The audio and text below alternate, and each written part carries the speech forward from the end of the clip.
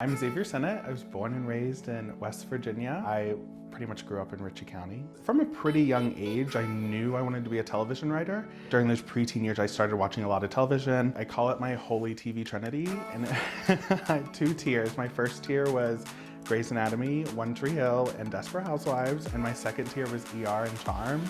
Specifically, Grey's was my favorite show. And I was watching the season 3 DVD extras, and Shondaland, who created Grey's, was talking about how she starts that season with a dress on the floor with Izzy's character and ends the season with a dress on the floor with Christina's character. And like 14-year-old me, my mind was blown. That was the first moment that I realized that you could do this as a career and your like imagination could, like you could do that for the rest of your life.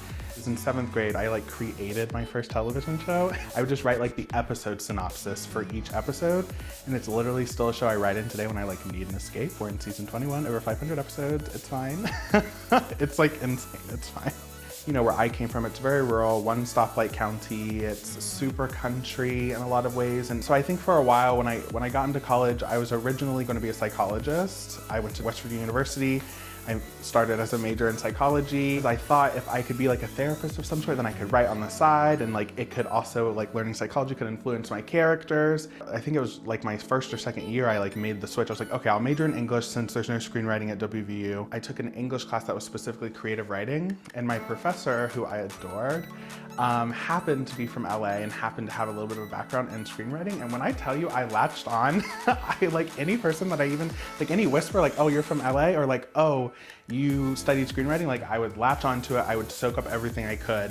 Finding professors like that at WVU was invaluable. And then I will go to USC Film School for screenwriting for my MFA, because that's also where Shonda went. And it was also rated the #1 film school. So I always had my eyes set on it. When I got into USC, that's when the little bit of fear sunk in for the first time. And I was like, oh, I'm actually leaving these hills and mountains. It's like very different. It was like my first plane ride ever is when I flew to LA to move out here. I was very fortunate, and you know, Shonda now has Shondaland and her company is huge. And I was really fortunate that a lot of people who landed in Shondaland or worked in Shondaland as writers also went to USC. And when you're at USC, you can kind of use the USC name to be like, oh, I'm a student here, like, can I ask you to coffee? So they almost always said yes, which was really amazing.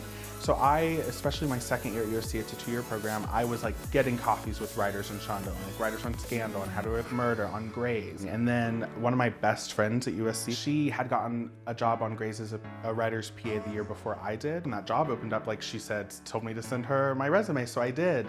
And then like paired with her and the people that I had networked with in Shondaland and like interviewing, of course, I landed the job. Something that I think is special too is one of the writers is from Virginia and has family from West Virginia. So I think he always jokes with me that he saw that I was from West Virginia and that's why I got the job. So I always think that's a fun fact, because never in a million years, if you had told me that I would get a job on a show like that because of where I was from, I would have been like, what? Being a fan of Grey's and then working there as a writer's PA, I think was the best marriage possible, because being an assistant isn't always easy. You know, it's a hard job. You're getting the coffees, you're getting the lunches, you're really busy, you're kind of catering to everyone else's needs before your own. But because I was on Grey's Anatomy, it's just like, you could not tell me nothing. I was like, I don't care, I will get coffees forever. I won't. But I'll be happy to do it because I'm on the show that I love so much. I'm meeting these writers that I've seen their names on screen for years. I wanted to do my job even better because like I wanted to contribute to the legacy in some way. And then because I was really close with that writer the first year, he and another writer, they got an assistant, and it was kind of like natural because I had been close with him and I had worked really hard that first year that I would, you know, fill that role. So this year, my second year as an EA, my boss, who I'm really close with, Andy, I think he was just determined to get like a character on the show inspired by me. And this season we're at another hospital and it's kind of like, hasn't landed on its feet, so it just was the perfect opportunity to have like a fun, sassy character come on. And then Krista, my showrunner, looked at us and she was like, I think he should just play him.